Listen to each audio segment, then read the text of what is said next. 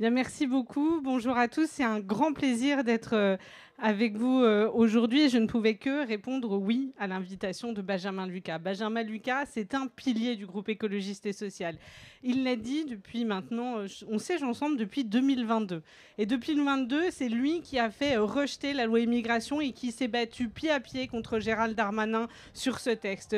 C'est lui qui, cette année, porte notre commission d'enquête sur la responsabilité de gouvernement sur les plans de licenciement. Il est allé dans le Nord voir les salariés d'ArcelorMittal. Il est venu en Isère rencontrer les salariés de Vencorex et Arkema. C'est-à-dire qu'il a traversé la France pour aller rencontrer celles et ceux qui, aujourd'hui, subissent l'abandon du gouvernement en termes de politique industrielle. C'est lui aussi qui a déposé un texte sur le droit aux vacances. C'est un sujet qui porte maintenant depuis 2 ans à l'Assemblée nationale. Mais surtout, c'est de la verve du combat, vous le connaissez. Il est jamais le dernier dans l'hémicycle à aller porter le fer contre les macronistes, mais aussi contre l'extrême droite, avec panache, avec passion, avec détermination. Et donc, c'est avec un grand plaisir que je suis là aujourd'hui pour l'événement qu'il organise.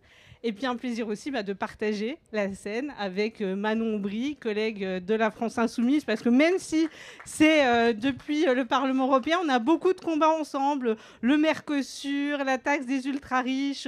Donc voilà, c'est vrai que ces moments d'union sont extrêmement importants et donc c'était essentiel pour moi d'être là. Alors le sujet de ce meeting, c'est la question de la lutte et de comment est-ce qu'on arrive à réussir à lutter contre l'emprise de l'extrême droite qui se fait de plus en plus forte au sein de notre société. Et c'est une question avec laquelle, face à 146 députés d'extrême droite, on se pose tous les jours. Comment est-ce qu'on arrive à les faire perdre? Comment est-ce qu'on arrive à les faire régresser? Même comment est-ce qu'on arrive à mettre des mots sur ce qu'on est en train de vivre? Et si on ne peut jamais vraiment faire de parallèle, à un moment, aller relire ce qui s'est passé, aller chercher des gens qui ont vécu des choses qu'on trouve un peu similaires, c'est-à-dire ce moment où on est en train de pointer du doigt ceux qui sont étrangers, ceux qui nous semblent différents, ceux qui ne font pas comme nous, ceux qui ne semblent pas vivre comme nous, ceux qui ne croient pas comme nous. Eh bien, ce moment-là, on l'a déjà connu. On l'a connu. Et il s'est fini de manière la plus tragique. Et il y a un homme qui s'appelle Stefan Zweig qui a écrit un livre qui s'appelait Le Monde d'hier. Il écrit en 1941 et il essaye de se demander qu'est-ce qu'on a raté. On est en pleine guerre pendant la Seconde Guerre mondiale et il se demande finalement qu'est-ce qui s'est passé pour qu'on ne voit pas l'arrivée de l'extrême droite. Et je veux vous en lire un très très court passage. Il dit...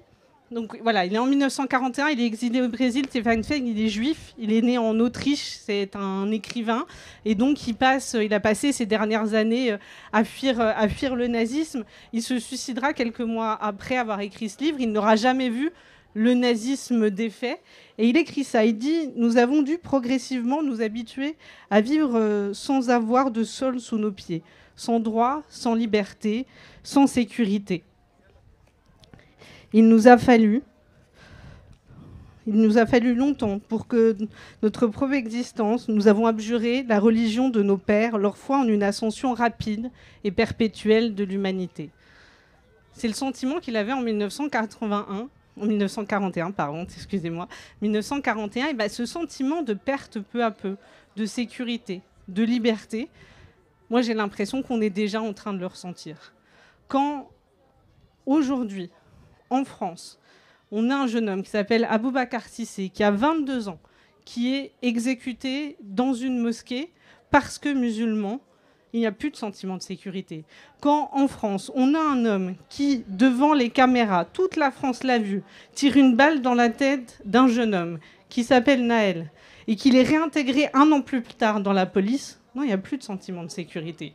Quand on est en train de ne rien dire, alors que sous les yeux du monde entier, on a un pays qui est en train d'être détruit, un peuple qui est en train d'être exterminé à Gaza, et que ça fait sous le silence, bien sûr qu'on a perdu foi dans cette idée de progression de l'humanité. Bien sûr que j'ai lu un article d'une journaliste israélienne qui s'appelle Nour El-Loussi, et qui raconte le quotidien des femmes enceintes à Gaza. Et ce qu'elle raconte, c'est un génocide. C'est-à-dire, elle raconte l'incapacité pour un peuple qui est tué, mais l'incapacité pour un peuple d'avoir des enfants. Elle raconte des femmes qui font des fausses couches parce qu'elles n'ont plus rien à manger. Elle raconte des bébés qui meurent nés parce qu'en fait, ils meurent de faim dans le ventre de leur mère. Il raconte le fait que les médecins sont obligés de pratiquer des césariennes sans outils, sans pouvoir mettre d'anesthésiant pour les femmes. Bien, aujourd'hui, c'est ça qui se passe à Gaza. En plus des bombardements, en plus de la famine, en plus le fait de tirer sur ceux et celles qui ont le courage d'aller chercher à manger, on est en train de vouloir... Enfin, le gouvernement de Netanyahou est en train de vouloir exterminer tout un peuple. Donc oui, on est en train de tuer ce sentiment d'humanité. Et enfin, le sentiment de sécurité... Quand on voit que depuis qu'Emmanuel Macron est au pouvoir, on a 1,2 million de personnes de plus qui sont tombées sur la pauvreté, qu'on a un niveau de pauvreté que nous n'avons jamais connu depuis 30 ans. Depuis 30 ans, il n'y a jamais eu autant de pauvres dans ce pays. Oui, ce sentiment de sécurité, il est en train de s'ébranler. Et ça veut dire quelque chose. C'est-à-dire que quand moi je lis ces mots, la perte de la liberté, la perte du droit, la perte de la sécurité, ça veut dire que le combat de l'extrême droite, le combat contre le fascisme, il n'est pas devant nous. Ce n'est pas la peine de regarder et d'attendre une bascule. La bascule, elle a été faite. Nous sommes en train, aujourd'hui, de vivre le combat et la lutte contre le fascisme. C'est exactement ce qui est en train de se passer. Ça veut dire qu'on ne peut plus rester silencieux. C'est pas la peine de se dire « demain, qu'est-ce que je ferai ?» La question, c'est « qu'est-ce que je fais aujourd'hui ?» Quand Bruno Retailleau, il est en train d'annoncer qu'il envoie des policiers dans les gares pour faire de la traque aux migrants, qu'est-ce que je fais? Quand Bruno Retailleau est en train de donner des OQTF à des personnes qui sont une binationalité, ça veut dire qu'elles sont françaises, qu'est-ce que je fais? Eh bien, aujourd'hui, nous sommes face à cette question impérative humaniste de comment nous nous organisons pour réagir à cette vague fasciste. Et face à cela, il y a des forces qui sont extrêmement fortes et extrêmement importantes. Alors moi, je viens de l'Isère. Je ne connais pas ce territoire, mais je suis sûre que le territoire ici à Mantes-la-Jolie, c'est un peu comme autour de Nisères, de Grenoble, qu'il y a ces associations. Il y a ces associations qui, tous les jours, continuent à accompagner les migrants pour faire leur dossier, qui font... Chez nous, par exemple, ils ont mis la préfecture devant le tribunal pour qu'elle puisse leur reconnaître leurs droits et traiter leurs papiers. Il y a des associations qui continuent à accompagner ces femmes victimes de violences, qui font la banque alimentaire dans les quartiers. Eh bien, c'est le premier réseau de résistance de la vague contre le fascisme. C'est refusé qu'en plus, ils fassent se déliter notre lien qu'il y a entre nous et cette connexion. Ça, c'est la première chose. La deuxième chose, elle est politique. Elle est politique parce qu'en fait, c'est avoir le courage de ne jamais céder. De ne jamais céder parce qu'en fait, il y a cette idée qu'ils auraient raison finalement. On le voit bien, on le voit malheureusement de la part de nos collègues macronistes qui, quand on leur propose une résolution qui dit que oui, il va falloir prendre des sanctions contre Netanyahou, que oui, il va falloir suspendre l'accord d'association entre l'Union européenne et Israël, eh bien en fait préfèrent voter avec l'extrême droite qui dit qu'il n'y a pas de génocide qu'aller soutenir une résolution portée par la gauche. On la voit, cette dérive-là. Eh bien le premier devoir du politique, c'est de ne jamais dériver. C'est de toujours se souvenir qu'il y a des valeurs impératives et que dans ces valeurs et dans ces valeurs républicaines, il y a premièrement l'égalité, deuxièmement la liberté. Notre deuxième devoir en termes de politique, c'est de faire échouer leur texte. Et il y a quelques jours, le 26 juin, Éric Ciotti avait proposé un texte qui maintenant visait à criminaliser finalement d'une certaine manière l'amour, puisqu'il disait que quand on était sans papier, on n'avait pas le droit de se marier. Ça veut dire que quand on est français, on ne peut plus choisir de qui on tombe amoureux. Et en plus, ils ont une espèce de machine infernale. Les préfectures ne délivrent plus de titre de séjour, donc vous pouvez être arrivé tout à fait légalement en France. Vous pouvez même avoir rencontré quelqu'un. Vous pouvez même déjà avoir un enfant avec cette personne, mais vous n'avez plus de titre de séjour. Eh bien, vous ne pourrez pas l'épouser. Parce qu'en fait, ça serait devenu illégal. Eh bien, ce texte-là, que la majorité, globalement, a soutenu ou était extrêmement absente pour s'y opposer, eh bien l'ensemble de la gauche l'a fait échouer. Parce que de 10h à minuit, point en point, nous avons empêché le vote sur ce texte. Eh bien c'est ça notre deuxième devoir, c'est de ne jamais laisser passer quelque chose. Parce qu'ils cherchent à grignoter l'ensemble de nos droits et nous ne pouvons pas laisser passer quelque chose en pensant que demain on reviendra dessus. Ce n'est pas vrai. Tous les droits perdus, aujourd'hui, nous n'avons pas de garantie de les avoir demain. Nous ne pouvons pas laisser un seul de nos droits ou droits des personnes quel que soit, parce que c'est facile de dire non mais regardez, en fait on ne prend pas sur vous, on va prendre sur l'autre, parce que vous voyez, on va prendre sur l'étranger, ou on va prendre sur les personnes LGBT, ou on va prendre sur les femmes, vous savez, ça ne vous concerne pas, ou on va prendre sur les terroristes, par exemple. Parce qu'on voit bien que la question de l'apologie du terrorisme aujourd'hui est utilisée pour criminaliser les militants. Oui, il faut faire une lutte contre le terrorisme, mais par contre, le militantisme n'est pas un terrorisme. Eh bien, nous ne devons accepter aucune régression pour personne, parce que les régressions en termes de droits finiront par nous toucher tous et tous. Et enfin, le dernier devoir, c'est le devoir de l'union.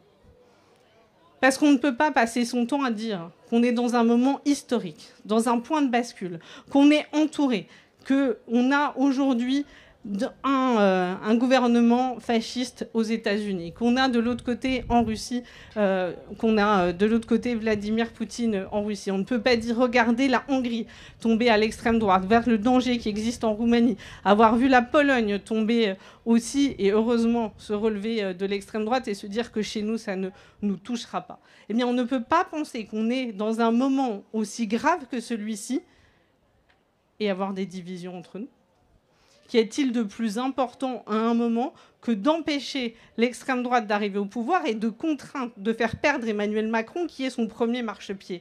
Rien n'est plus important que ça. Et donc oui, sur les questions des municipales, il va falloir aller gagner des villes parce que ce sont des territoires de résistance. Et puis pour 2027, oui, il faudra trouver la manière de s'unir autour d'un projet, s'unir autour de valeurs. Nous avons réussi à le faire.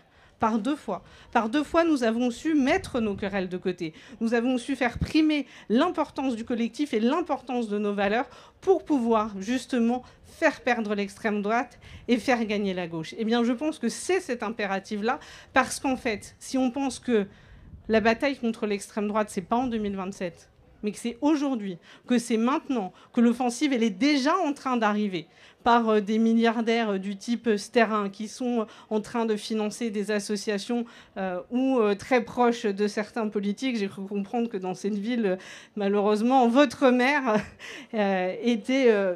pouvait écouter le chant des sirènes de ce catholique intégriste. Eh bien, on ne peut pas dire que ces gens-là sont dangereux, qu'ils cherchent à prendre le pouvoir en France et que nous ne laisserions nous diviser et nous affaiblir.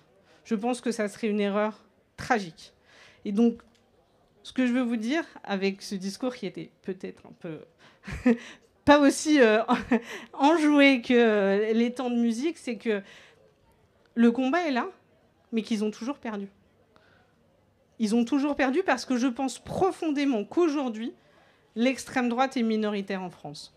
Je sais que ce n'est pas ce que vous entendez partout dans les médias, mais je pense profondément qu'ils sont minoritaires. Et que notre enjeu, c'est de démontrer par le lien dans les associations, par le lien politique, par la mobilisation politique, que oui, nous pouvons les faire échouer. Et que la question n'est pas comment on les fera échouer demain, n'est pas comment est-ce qu'on se prépare à la bataille demain, c'est comment dès aujourd'hui, sur chacun de nos actes, et encore plus quand on est élu, eh bien, on se dit que notre responsabilité, c'est de ne jamais laisser l'extrême droite arriver au pouvoir.